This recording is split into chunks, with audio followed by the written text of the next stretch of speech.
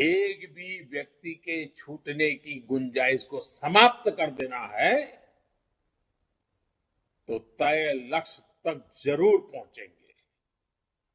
और इसके लिए मैं लगातार एक बात सरकारी अधिकारियों से, अन्य राज्य सरकारों से करता रहता हूं, सैचुरेशन की बात करता हूं।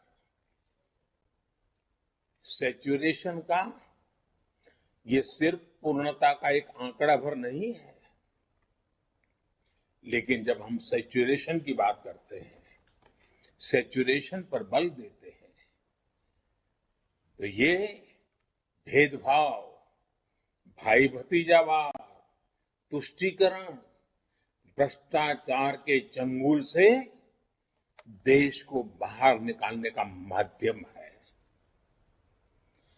भारत के सामान्य नागरिक को सरकारी दफ्तरों के चक्कर से मुक्ति दिलाने का जो अभियान बीते 8 साल से देश में चल रहा है,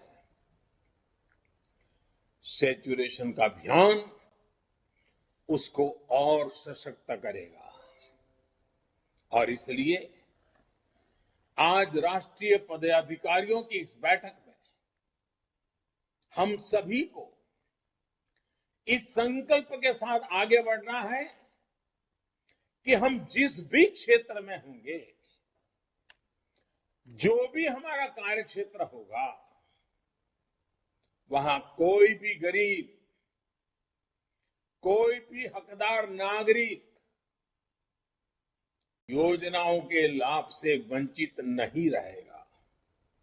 इसके लिए भाजपा को नए जागरूकता अभियान शुरू करने चाहिए। चुनाव के समय जैसे हम हर बूथ तक जाते हैं, हर परिवार में पहुंचते हैं, उसी स्पिरिट से घर घर जाना है, एक एक नागरिक तक जाना है। हर घर भाजपा, हर गरीब का कल्याण, हमें इसी भावना के साथ लगातार काम करना होगा। आप में से बहुत सारे लोग जानते होंगे, और खास करके जब राजस्थान में आप बैठे हैं तो शायद वहां भी कोई ये कहावत जरूर आपके कान पर पड़ेगी। राजस्थान में अक्सर एक कहावत कही जाती है, अम्बर को तारो हाथ से कोनी टूटे, यानी आसमान का तारा हाथ से नहीं टूटता है। साथियों, ये कहावत अपनी जगह पर सही है,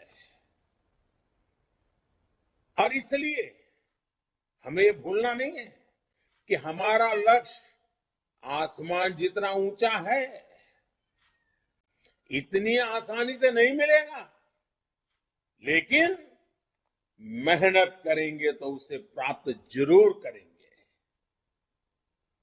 साथियों, जिस एक और विषय पर हमें निरंतर कार्य करते रहना है, वो है देश में विकासवाद की राजनीति की चौतरफा, चहुं दिशा में स्थापना होनी चाहिए। कोई भी दल हो, उसको भी विकासवाद की राजनीति पर आने के लिए मजबूर करना। साथियों, हम बड़े गर्व से कह सकते हैं कि ये भारतीय जनता पार्टी है जिसने विकासवाद की राजनीति को देश की राजनीति की मुख्य धारा बना दिया है। आज कोई भी चुनाव हो, विकास में विश्वास करने वाले लोग हो या ना हो, समाज को तोड़ने की राजनीति करने वाले लोग हो तो भी, शॉर्टकट ढूंढ करके सत्ता पाने के नुस्खे आजमाने वाले लोग हो तो भी, चाहते हो या न चाहते हो, लेकिन चुनाव में हर किसी को विकास के नाम पर बात करनी ही पड़ती है, चुनाव के मैदान में विकास की चर्चा करनी ही पड़ती है। और गर्व है भारतीय जनता पार्टी कि हमने राजनीति को इसकी विकासवाद की धारा के साथ प्रमुख रूप से बल दिया है। लेकिन साथियों, हमें ये भी देख रहे हैं कि जो लोग विकासवाद की राजनीति से बच नहीं सकते, मजबूरन विकासवाद में आना ही पड़ रहा है, तो उन्होंने राजनीति में विकासवाद को भी विकृति के दिशा में धकेल दिया है। ये राजनीतिक दल तत्कालीन लाभ के लिए, फायदे के लिए देश के उज्जवल भविष्य के साथ, राज्य के उज्जवल भविष्य के साथ, देश की युवा पीढ़ी के भविष्य के साथ खिलवाड़ करते हैं, उसे खोखला करने का भी काम कर रहे हैं। ये राजनीतिक दल अपने स्वार्थ के लिए समाज में जो छोटी मोटी तनाव होते हैं, कुछ कमजोरियां होती हैं, कुछ परसेप्शन होते हैं, उसे ढूंढ करके उसमें जहर डालने का काम करते रहते हैं, उस कमजोरियों पर ही खेलते रहते हैं। कभी जाति के नाम पर, कभी क्षेत्रवाद के नाम पर लोगों को भड़का रहे हैं। साथियों, एक भारत श्रेष्ठ भारत का सपना लेकर के चल रही भारतीय जनता पार्टी के लिए यह भी अनिवार्य है कि देश के लोगों को लगातार हमें सावधान करते रहना होगा, इस प्रकार के लोगों से सचेत करना होगा, इस प्रकार के दलों से सचेत करना होगा। साथियों, हमें एक और बात हमेशा याद रखनी है। हम सबको याद है, जनसंघ के जमाने में जब हम कहीं हाशिए पर पड़े थे, कोई हमें जानता भी नहीं था, न उस नगर में जानता था, न उस राज्य में जानता था, न उस जिले में जानता था। फिर भी उस जमाने में जब हमारे बात को कोई कानों पर धर ले, ये संभावना भी नहीं थी, उस समय भी जनसंघ के जमाने में हमारे कार्यकर्ता, हमारे पुरानी पीढ़ियां जिन नीतियों पर डटे रहे, जिन नीतियों को लेकर के चलते रहे, कार्यक्रम करते रहे, उसकी मुख्य धारा थी राष्ट्रभक्ति, राष्ट्रहित, राष्ट्र सेवा, राष्ट्र निर्माण। यही प्राथमिकता थी। हम सत्ता से कोसों दूर थे, फिर भी उस जमाने के छोटे छोटे हमारे कार्यकर्ताओं का मातृभूमि के प्रति प्रेम, राष्ट्र सर्वोपरि की निष्ठा, उसमें इतनी ताकत थी कि सत्ता के पर बैठे काबिज बड़े बड़े लोगों को भी भारतीय जनसंघ की उस राष्ट्रभक्ति और राष्ट्रप्रिय विचारधारा को वो कभी चुनौती नहीं दे पा रहे थे।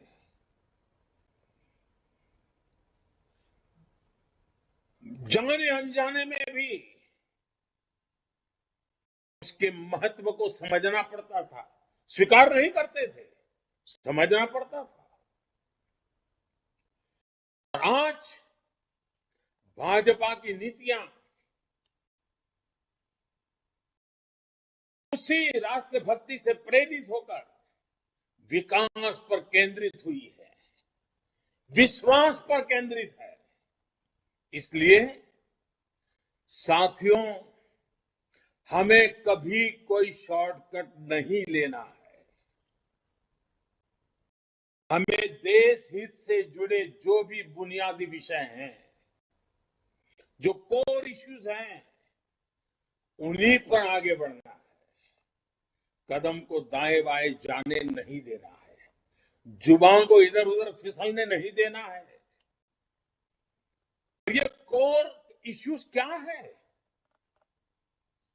गरीब का कल्याण, गरीब का जीवन आसान बनाने के लिए, गरीब को सशक्त करने के लिए हमें लगातार काम करना है। हमें कभी भी भटकना नहीं है। और मैं आपको सतर्क भी करूंगा, आपसे आग्रह भी करूंगा कि आपको विकास से जुड़े मुख्य मुद्दों से भटकाने की लाख कोशिशें होंगी, लेकिन आपको देश के विकास से जुड़े विषयों पर ही टिके रहना है। हम देखते ही हैं कि आज का किस तरह कुछ पार्टियों का इकोसिस्टम पूरी शक्ति से देश को मुख्य मुद्दों से भटकाने में लगा हुआ है। हमें कभी ऐसी पार्टियों के जाल में नहीं फंसना है। मैं जानता हूं कि आप अपने संवादों में, बातचीत में, संबोधनों में, पत्रकार वार्ता में अगर आप कहते हैं कि हमारी सरकार ने 2014 के बाद गरीबों के लिए 3 करोड़ घर बनाए, ठीक है, वो खबर कोई फ्रंट पेज पर नहीं छापेगा, टीवी के पर्दे पर नहीं दिखाई देगी। अगर आप कहेंगे कि 50 करोड़ से ज्यादा लोगों को 5 लाख रुपए तक का मुफ्त इलाज की व्यवस्था हमने की है, हो सकता है कोई उसको कान पे न धरे। 8,000 से ज्यादा जन औषधि केंद्रों की बात अगर हम करें तो हो सकता है टीवी में, मीडिया में, अखबार में सुर्खियों में नजर न भी आए। मैं जानता हूं कि आप 10 करोड़ से ज्यादा छोटे किसानों के बैंक खाते में सीधे पैसे ट्रांसफर करने की बात करेंगे, हो सकता है उसको भी नजरअंदाज कर दिया जाएगा, उसको भी कभी अखबार के पन्नों पर नहीं दिखाई देंगे, टीवी पर नहीं बताया जाएगा, हो सकता है। मैं जानता हूं कि आप हर घर जल की बात करेंगे, हर गांव तक ब्रॉडबैंड कनेक्टिविटी की बात करेंगे, आप देश में डिजिटल क्रांति की बात करेंगे, फिनटेक की बात करेंगे, डिजिटल ट्रांजैक्शन की बात करेंगे। ये इकोसिस्टम उसको तवज्जो नहीं देने देगी, उस बात को आगे नहीं बढ़ने देगी। आप प्रधानमंत्री म्यूजियम बनाएंगे, डेमोक्रेसी के ट्रू स्पिरिट को हिंदुस्तान के आजादी के अमृत महोत्सव में लाकर के खड़ा कर देंगे, तो आंखें मूंद ली जाएगी, चुपकी दी रख ली जाएगी। होगा, आप जितने भी अच्छे काम कर रहे हो, कोई पब्लिसिटी नहीं मिलेगी, कोई हेडलाइन नहीं बनेगी,